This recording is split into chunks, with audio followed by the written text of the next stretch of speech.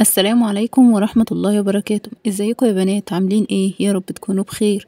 قلنا نوفر وندبر ونعمل السمنة البلدي الفلاحي في البيت. آه دي قشطة كنت مخزناها من وش اللبن. ايه وش اللبن بتخزني منه قشطة؟ ايوه، ما برميش القشطة، بخزن منه. وش اللبن ده تقريبا كيلو قشطة.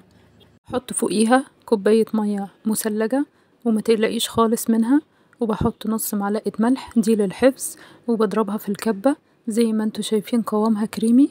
بقوم خضاها زي ما انتوا شايفين كده، بعملها بايديا كده بسرعة بسرعة بسرعة. هي ما بتاخدش وقت خالص، وتلاقي اللبن فصل منها.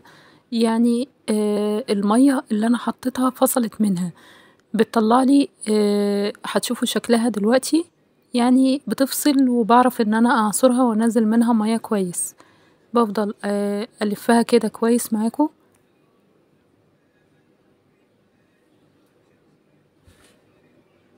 انا تقريبا قعدت عملتها تقريبا 10 دقايق زي ما انتوا شايفين فصلت. ببتدي اكورها